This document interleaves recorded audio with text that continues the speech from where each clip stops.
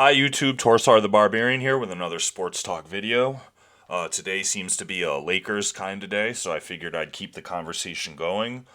Since LeBron James, despite what the Lakers have been doing as far as winning basketball, the type of numbers he's been putting up lately just can't be ignored.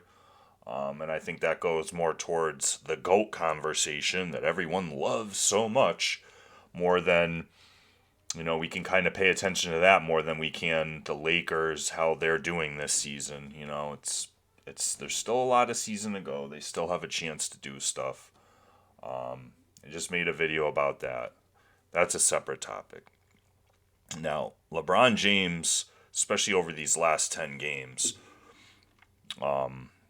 he's just been on this stretch where it's just phenomenal. The last person to have a stretch like this of points, rebounds, and assists during a 10-game stretch was Michael Jordan in 1989 before he even won any championships. That's right, a young, spry Michael Jordan was the last person to put up these kinds of numbers. As far as the triple double stats go, not triple doubles themselves, but if you take the points, rebounds, assists, he was the last guy to put up numbers like that. And I think a lot of people, they'll never be pushed off Jordan because some people's classification is they are taking it literally. They are saying the greatest player of all time. They are taking it at his apex, at his peak. Who is the greatest? And I'm not going to sit there and argue against Jordan. At his peak, no one was better. LeBron came close, but he didn't quite get there.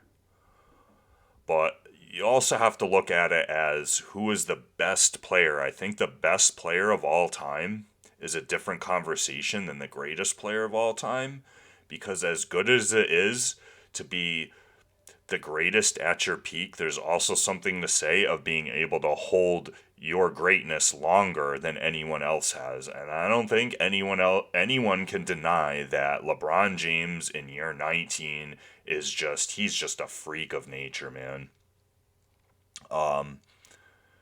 Obviously over some of the guys that came before him, 20 years before, a generation before, it kind of turns into an unfair conversation a little bit because LeBron came out of the era when guys were just willingly either not going to college or just the one and done era started pretty much. I think LeBron James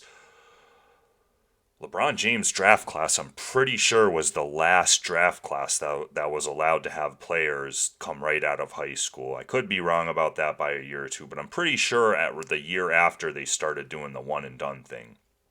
Either way, 1 year, no years, even 2 years at college. Remember back when AI left after his sophomore year at Georgetown, and it was a huge deal because no one had ever left that early from Georgetown and had left John Thompson that early. These guys stayed till their senior year, even a Patrick Ewing. By that time, guys were already starting to leave.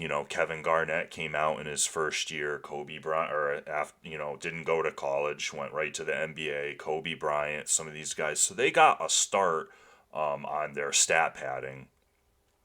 But LeBron James is just, he took advantage of that and he's still taking advantage of that. If he had just done it on the front end, maybe you could make a case of, oh, he got those, 3 or 4 extra years of just padding up stats on some people. But those are also 3 or 4 more years of not playing 30 games a year, but playing 82 games a year. Okay? And that takes a toll. The guy's played the third most minutes in NBA history, and he's still putting up numbers like this. It's unprecedented. I mean, Kareem in year 19 was still a very feared NBA player. He was very feared in those playoffs, but he only averaged 14 points and 6 rebounds that year, okay? So I would really like to, you know, maybe have different, like, I still think in my mind, I was a Jordan fan. I think Jordan, is the greatest of all time. But I'm sorry, I think LeBron James is the best basketball player I've ever seen.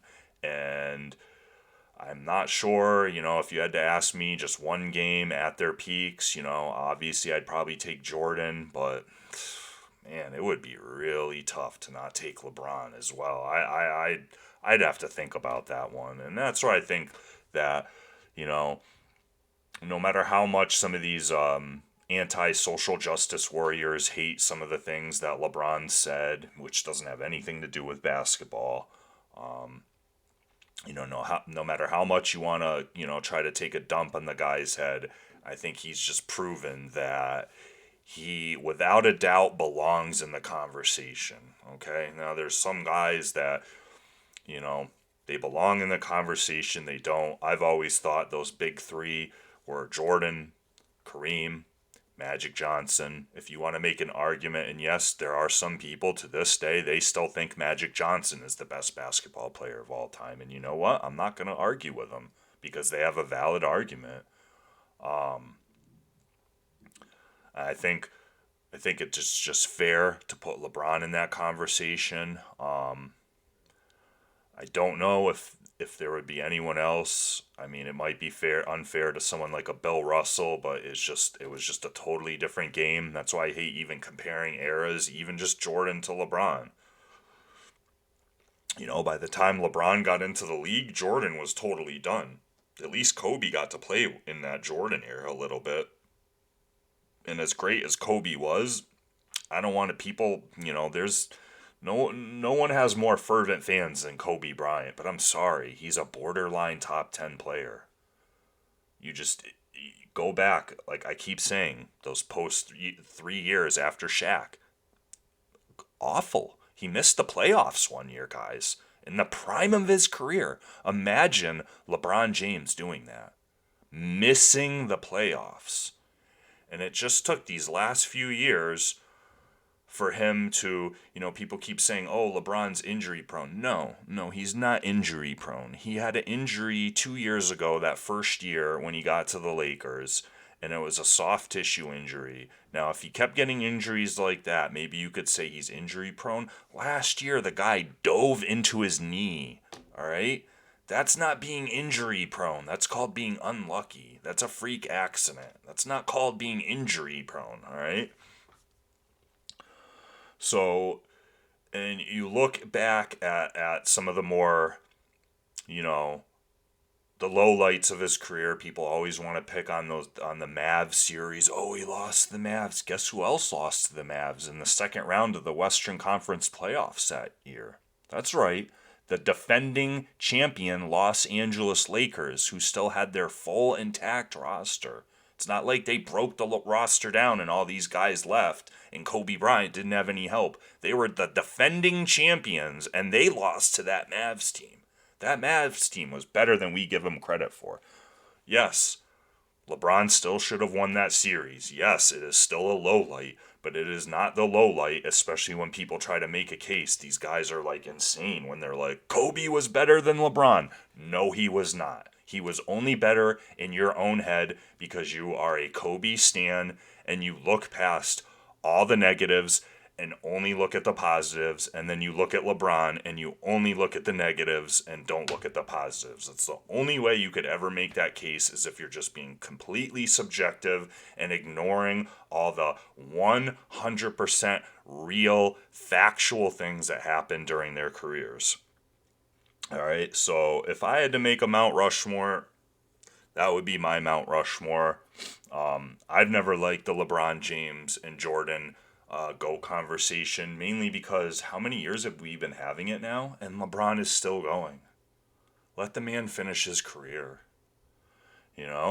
And like I said, for some people, or if you want to get into semantics, that greatest thing, it doesn't matter what LeBron James does, unless he somehow wins the next 3 championships in a row. Maybe then some people would just be like, all right, I give it up. I can't, it's just too good. But barring that, and that's so unlikely to happen, you'll never be able to move people off the Jordan as the greatest of all time. But like I said, let's look at that as a peak. Yes, at their peaks, Jordan, no one was better, period. no one was better. But in year 19, it is an undisputed fact. No one in NBA history has been better, and the only one in all of probably sports history who can make a case for being this good this late in their career is, we all know him, the GOAT of football, Tom Brady. So this is just, I don't know, man. I'm just enjoying it, man. When LeBron is done, besides the people who just hate him for other reasons outside of basketball, I think there's going to be a lot of sad NBA fans.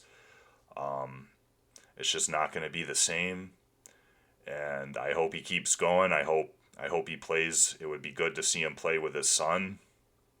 And at this point, I'm wondering when this cliff is going to be that he's going to fall off of, because you would think that one of these seasons he's going to have to come in here and just start playing less minutes, maybe only averaging 19, 20 points a game.